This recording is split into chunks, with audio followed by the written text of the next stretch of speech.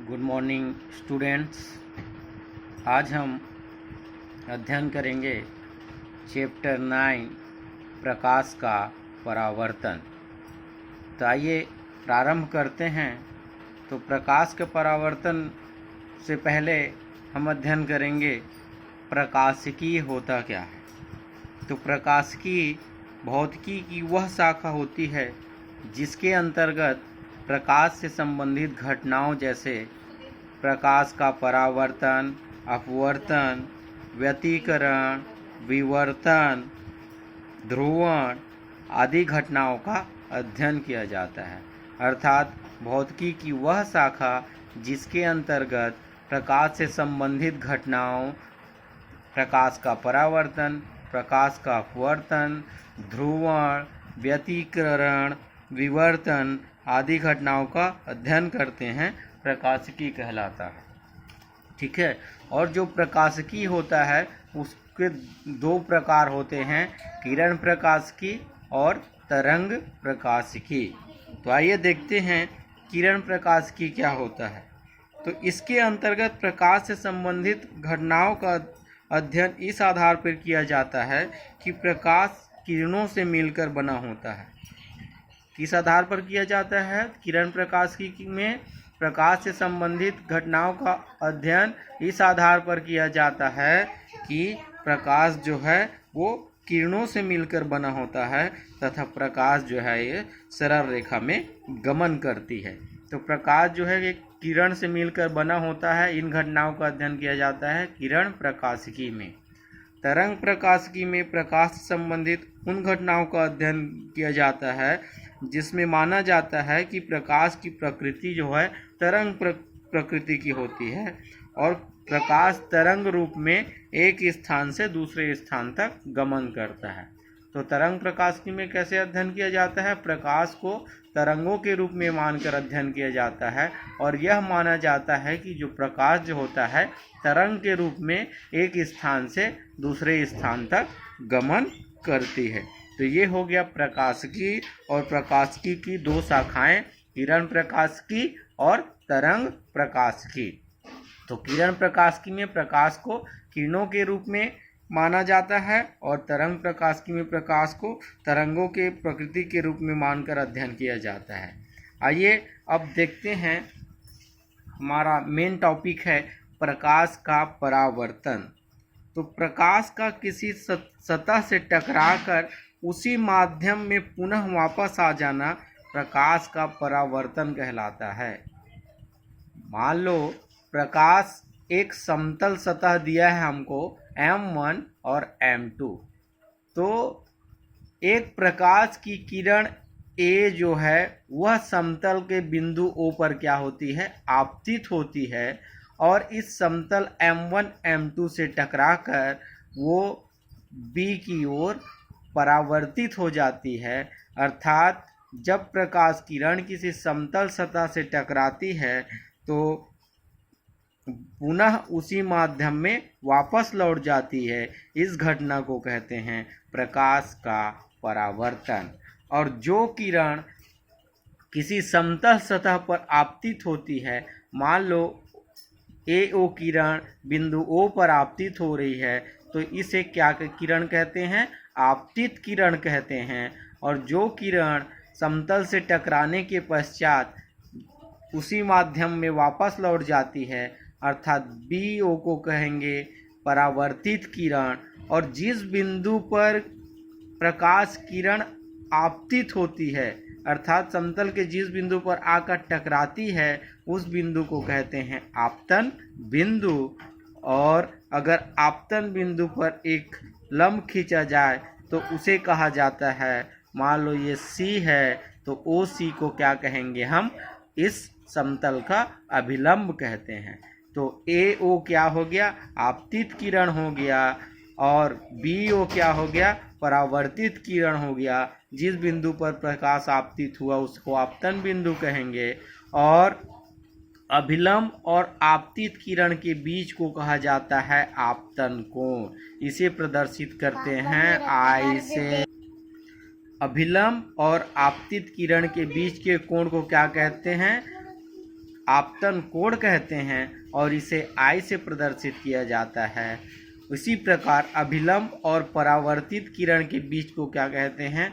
परावर्तन कोण कहते हैं और इसे R से प्रदर्शित करते हैं। तो आपतन कोण को किससे प्रदर्शित करते हैं? I से, और परावर्तन कोण को किससे प्रदर्शित करते हैं? R से। तो ये हो गया हमारा प्रकाश का परावर्तन। तो जैसे मैंने बताया, आपतन कोण किसको कहते हैं? अभिलंब और आपतित किरण के बीच के कोण को आपतन कोण कहा जाता है, और अभिलंब और परावर्तित किरण के बीच को क्या कहते हैं? परावर्तन कोण कहते हैं। आइए अगला टॉपिक देखते हैं, परावर्तन का नियम। तो आपतन कोण सदैव परावर्तन कोण के बराबर होता है। जो आपतन कोण हुआ I और जो परावर्तन कोण हुआ R, वो सदैव क्या होते हैं? एक दूसरे के बराबर होते हैं, अर्थात I = R। ये है परावर्तन का पहला नियम। आपतन कोण और परावर्तन कोण सदैव बराबर होते हैं, अर्थात I = R।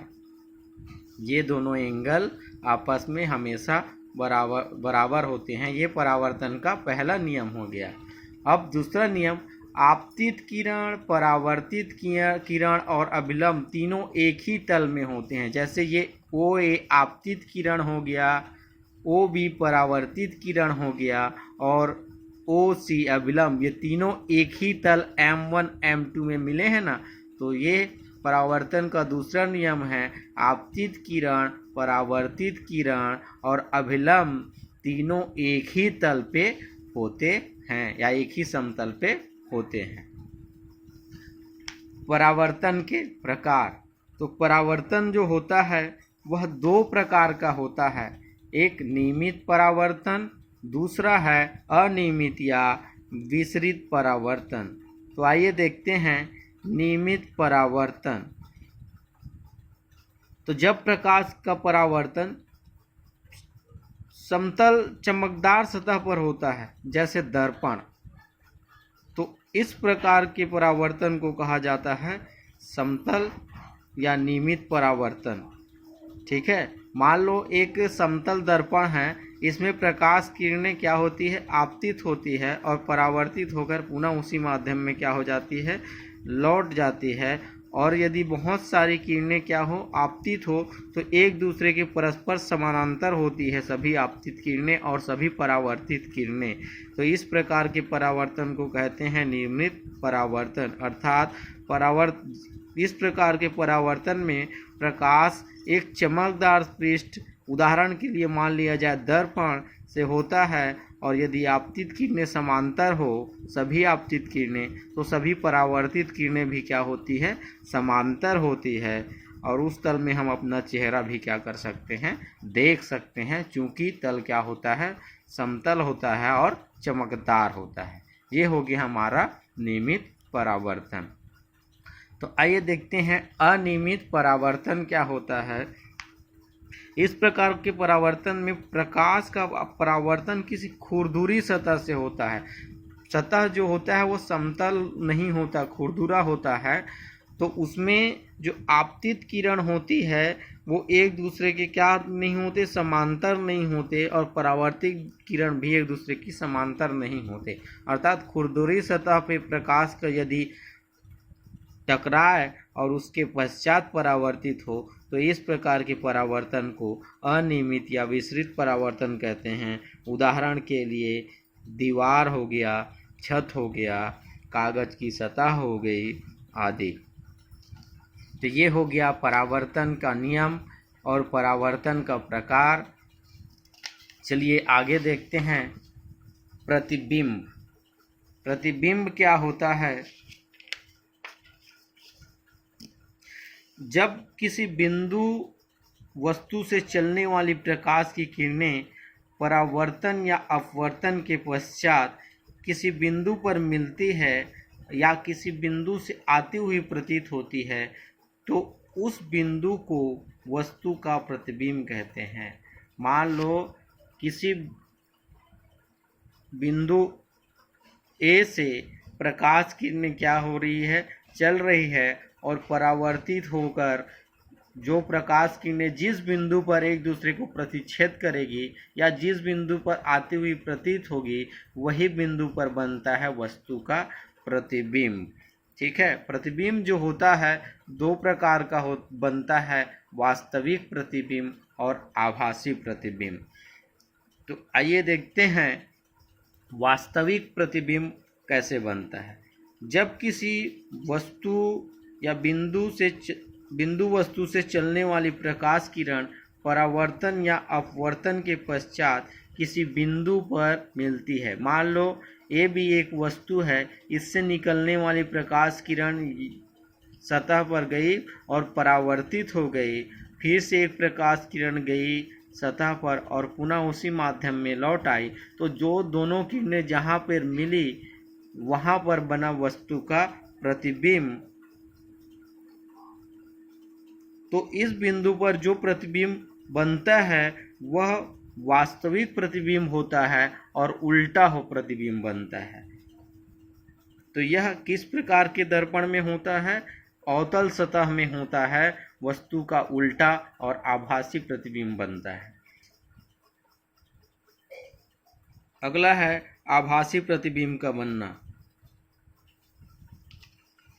जब किसी बिंदु वस्तु से चलने वाली प्रकाश किरणें परावर्तन अथवा अपवर्तन के पश्चात किसी बिंदु पर मिलती नहीं हैं, ये प्रकाश किरणें गई और परावर्तित हो गई और ये दोनों किसी बिंदु पर मिली नहीं, परंतु ऐसा प्रतीत हुआ कि वो किसी बिंदु से आती हुई हमें दिखाई दे रही है, तो इस प्रकार का जो प्रतिबिंब बनता है उसको कहा जाता है आभासी प्रतिबिंब।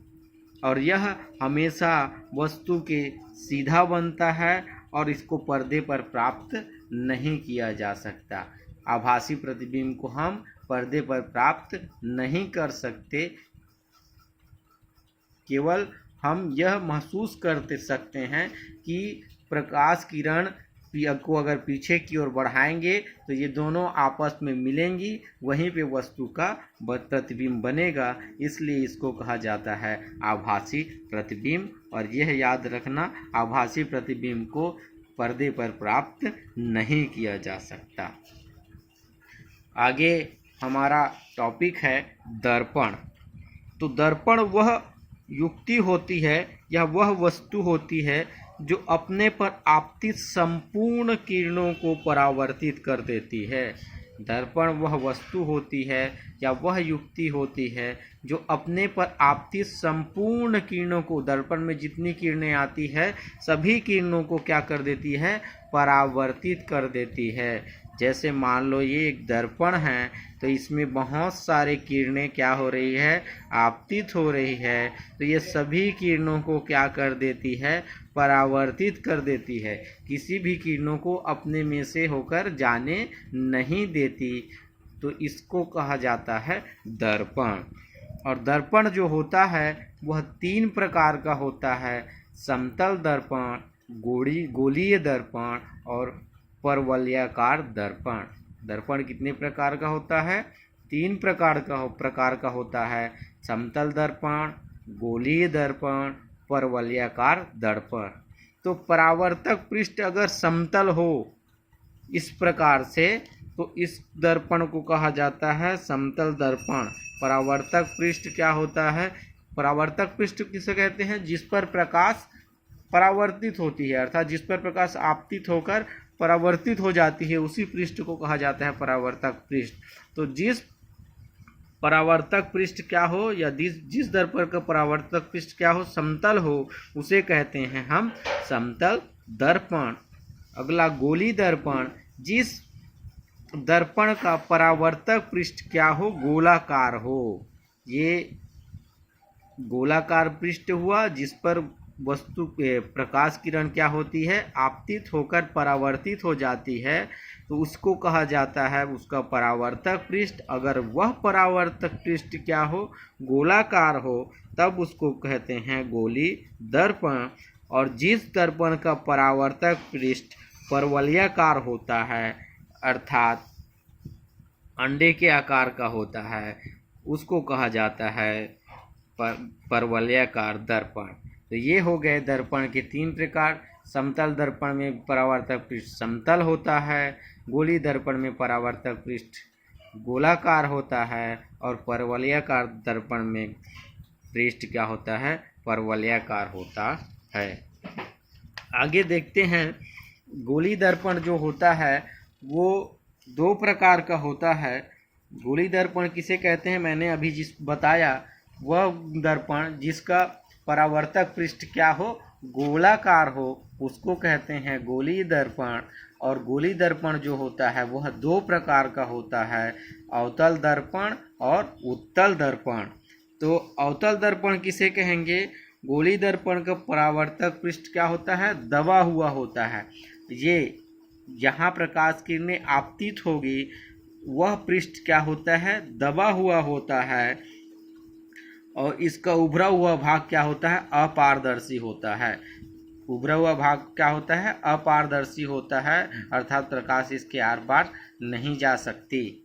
तो जिस दर्पण का परावर्तक पृष्ठ क्या होता है, दबा हुआ होता है और उभरा हुआ पृष्ठ क्या होता है, अपारदर्शी होता है, उसको कहते हैं अवतल दर्पण।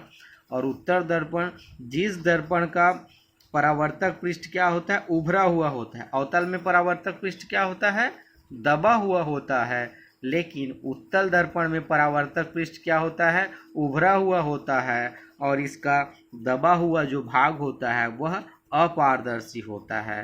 तो यह कहलाता है उत्तल दर्पण। समझ में आया। अवतल दर्पण का परावर्तक पृष्ठ क्या होता है, अगर दबा हुआ है कोई पृष्ठ, अगर कोई गोली पृष्ठ दिया है और उसमें प्रकाश किरण आपतित हो रही है तो वो क्या कहलाएगा, अवतल दर्पण है वो, क्योंकि उसका परावर्तक पृष्ठ क्या है, दबा रहता है। अगर कोई उभरा हुआ पृष्ठ दिया है और उसमें प्रकाश किरण आपतित हो रही है तो वो उत्तल दर्पण होगा। ठीक है। अब आइए देखते हैं दर्पण से संबंधित कुछ परिभाषाएं। तो सबसे पहली परिभाषा है द्वारक।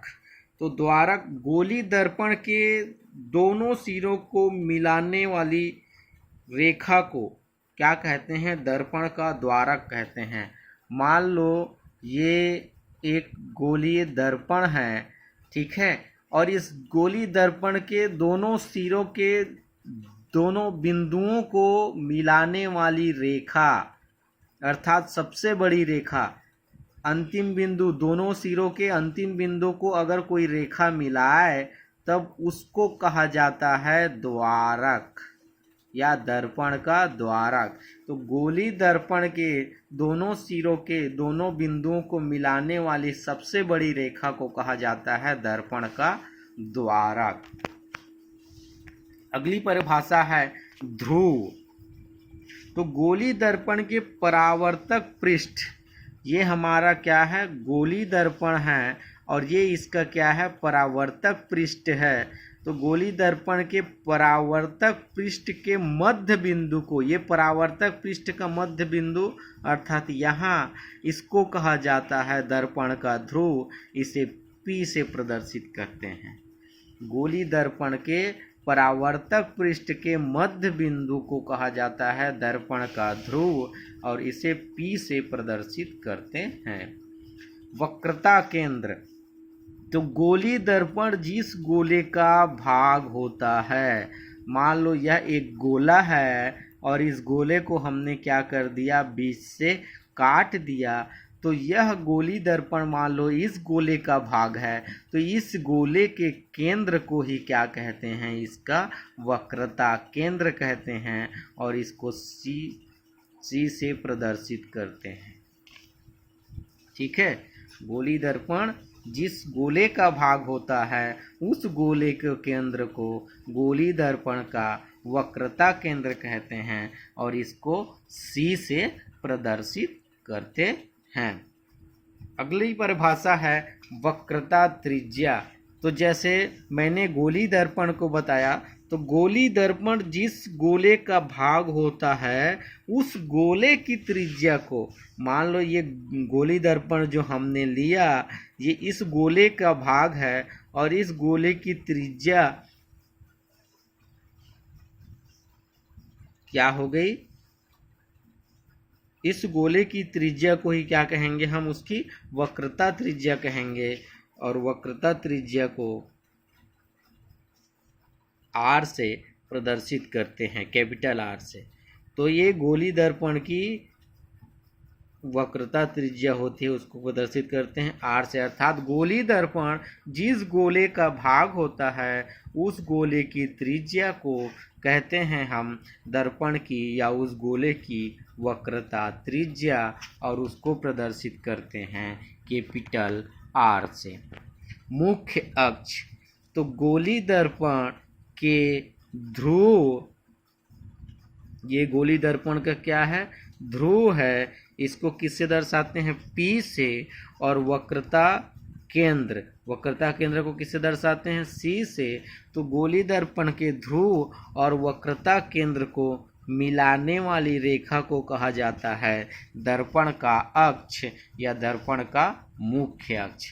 तो गोली दर्पण किसको कहते हैं, मुख्य अक्ष। गोली दर्पण के ध्रुव और वक्रता केंद्र C दोनों को मिलाने वाली रेखा को कहा जाता है दर्पण का मुख्य अक्ष। अगला है परिभाषा मुख्य फोकस। तो गोली दर्पण मुख्य अक्ष के समांतर आपतित होने वाली किरणें दर्पण से परावर्तन के पश्चात मुख्य अक्ष के जिस बिंदु पर मिलती है या जिस बिंदु पर आती हुई प्रतीत होती है उसे उसका कहा जाता है मुख्य फोकस। मान लो ये एक गोली दर्पण है और ये क्या है, इसका मुख्य अक्ष है, ये इसकी वक्रता केंद्र और ये ध्रुव। तो गोली दर्पण के मुख्य अक्ष के समांतर आने वाली किरणें परावर्तन के पश्चात जिस बिंदु पर मिलती है या जिस बिंदु से आती हुई प्रतीत होती है उसे कहते हैं उसका मुख्य फोकस, और इसको प्रदर्शित करते हैं हम F से। मुख्य फोकस को किससे प्रदर्शित करते हैं, F से। तो अगर कोई प्रकाश किरण मुख्य अक्ष के समांतर आपतित हो रही है तो हमेशा वो किससे होकर गुजरती है, मुख्य फोकस से होकर गुजरती है। तो यहाँ हमने देखा, मान लो एक गोली दर्पण है तो मुख्य अक्ष के समांतर बहुत सारी किरणें क्या हो रही है, आपतित हो रही है, और परावर्तन के पश्चात वो सभी एक ही बिंदु से होकर जाती है, और जिस बिंदु से होकर जाती है या जिस बिंदु पर मिलती है उसको कहा जाता है उसका मुख्य फोकस। तो ये तो हो गया अवतल दर्पण के लिए। उत्तल दर्पण के लिए क्या होता है, मुख्य फोकस से प्रकाश किरणें आती हुई प्रतीत होती है। ये प्रकाश किरणें टकराई दर्पण की सतह से और परावर्तित हो गई, ये फिर प्रकाश किरणें टकराई और ये फिर से परावर्तित हो गई। ये है इसका मुख्य अक्ष। ये टकराई और परावर्तित हो गई, फिर से ये टकराई और परावर्तित हो गई। तो ये सभी को अगर हम पीछे की ओर बढ़ाएं तो पीछे की ओर बढ़ाएंगे तो ये जिस बिंदु पर जाकर मिलेगी वही कहलाता है उसका मुख्य फोकस। और ये मुख्य फोकस जब परावर्तित होती है प्रकाश किरणें तो ऐसा लगता है कि वह मुख्य फोकस से आ रही है। तो अगला है फोकस दूरी। दर्पण के ध्रुव और मुख्य फोकस के बीच की दूरी को कहा जाता है फोकस दूरी। तो दर्पण का ध्रुव क्या हो गया, P, और ये हो गया उसकी फोकस, और ध्रुव और फोकस दोनों के बीच की जो दूरी होती है उसको कहा जाता है फोकस दूरी। तो दर्पण के ध्रुव और मुख्य फोकस दोनों के बीच की जितनी दूरी होती है वह कहलाती है फोकस दूरी। अगला है फोकस तल।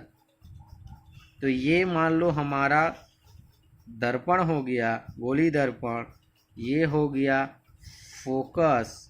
तो किसको कहते हैं, दर्पण के मुख्य अक्ष के लंबवत फोकस से होकर जाने वाली रेखा को कहा जाता है उसका फोकस तल। तो दर्पण के मुख्य अक्ष के लंबवत फोकस से जो रेखा गुजरती है या फोकस से जो रेखा आती है उसको कहा जाता है उसका फोकस तल। तो ये था दर्पण से संबंधित कुछ परिभाषाएं। चलिए आगे देखते हैं गोली दर्पण द्वारा प्रतिबिंब रचना के नियम। तो गोली दर्पण द्वारा प्रतिबिंब रचना के लिए कितना नियम है आगे देखते हैं। तो जब किसी दर्पण द्वारा हम प्रतिबिंब की रचना करते हैं तो केवल दो किरणों का आपस में मिलना जरूरी होता अनिवार्य होता है, और जो दो किरणें आपस में मिलती है वही बनता है वस्तु का प्रतिबिंब। तो आइए देखते हैं गोली दर्पण द्वारा प्रतिबिंब रचना का नियम। तो पहला नियम है, जो किरण मुख्य अक्ष के समांतर आपतित होती है, मान लो ये गोली दर्पण है और ये उसका क्या है मुख्य अक्ष है, ये P हो गया ध्रुव। तो मुख्य अक्ष के समांतर आपतित किरण बोल रहा है परावर्तन के पश्चात ये इसकी फोकस है, परावर्तन के पश्चात मुख्य फोकस से होकर जाती है। उसी प्रकार से इधर से भी देख लें, गोली दर्पण के मुख्य अक्ष के समांतर आपतित किरणें परावर्तन के पश्चात फोकस से होकर जाती है। तो जहाँ पर मिलती है दो बिंदुएं वहाँ पर बनता है उसका प्रतिबिंब। तो अर्थात पहला नियम क्या है, जो किरणें मुख्य अक्ष के समांतर आपतित होती है परावर्तन के पश्चात मुख्य फोकस से होकर चली जाती है अवतल दर्पण में, और उत्तल दर्पण में मुख्य फोकस से होकर आती हुई प्रतीत होती है। अगला नियम है, जो किरणें मुख्य अक्ष से होकर या मुख्य फोकस की ओर आपतित होती है, जो किरणें मुख्य फोकस से होकर जाती है या मुख्य फोकस की ओर आपतित होती है, वे किरणें परावर्तन के पश्चात मुख्य अक्ष के समांतर चली जाती है। अर्थात ये हमारा गोली दर्पण है, ये इसका ध्रुव मुख्य अक्ष है, तो ये फोकस F है। तो मुख्य अक्ष क्या फोकस से आती हुई किरणें परावर्तन के पश्चात मुख्य अक्ष के समांतर हो जाती है। तो जो किरणें मुख्य फोकस से होकर क्या होती है आती है या आती हुई प्रतीत होती है, परावर्तन के पश्चात क्या हो जाती है मुख्य अक्ष के समांतर हो जाती है। ये उत्तल के लिए देख लेते हैं, ये ऐसे आई किरणें और ये इधर हो गई, तो ये किरणें मुख्य फोकस से आती हुई प्रतीत होगी हमको, ऐसे आ रही है वो मुख्य फोकस से आ रही है और इधर परावर्तित होगी ऐसे। ये उत्तल के लिए है, ये अवतल के लिए है। तो मुख्य फोकस और उत्तल में क्या होता है, मुख्य फोकस से किरणें आती हुई प्रतीत होती है और इसमें मुख्य फोकस से आकर परावर्तित हो जाती है और मुख्य अक्ष के समांतर हो जाती है। अगला नियम है प्रतिबिंब रचना का, जो किरण वक्रता केंद्र से होकर आती है, जो किरण वक्रता केंद्र से होकर आती है, ये वक्रता केंद्र C हो गया, ये वक्रता केंद्र से जो किरण आती है परावर्तन के पश्चात पुनः उसी माध्यम में वापिस लौट जाती है। ठीक है, ये इसकी फोकस, ये इसका ध्रुव। उत्तल के लिए क्या करें, जो किरण मुख्य फोकस से होकर आती है बोल रहा है, तो जो किरण वक्रता केंद्र से आती है वह उसी माध्यम में ऐसे आ रही है, परावर्तित होकर पुनः लौट जाती है, अर्थात वह प्रतीत होता है कि वक्रता केंद्र से होकर आ रही है। तो तीसरा नियम क्या है, जो किरण वक्रता केंद्र से होकर आपतित होती है परावर्तन के पश्चात उसी मार्ग में वापस लौट जाती है, और उत्तर दर्पण में जो किरण वक्रता केंद्र की ओर आती हुई प्रतीत होती है, परावर्तन के पश्चात वक्रता केंद्र से ही वापस लौट जाती है। तो ये हो गया प्रतिबिंब रचना का 3 नियम। तो आइए देखते हैं दर्पण द्वारा प्रतिबिंब की रचना अवतल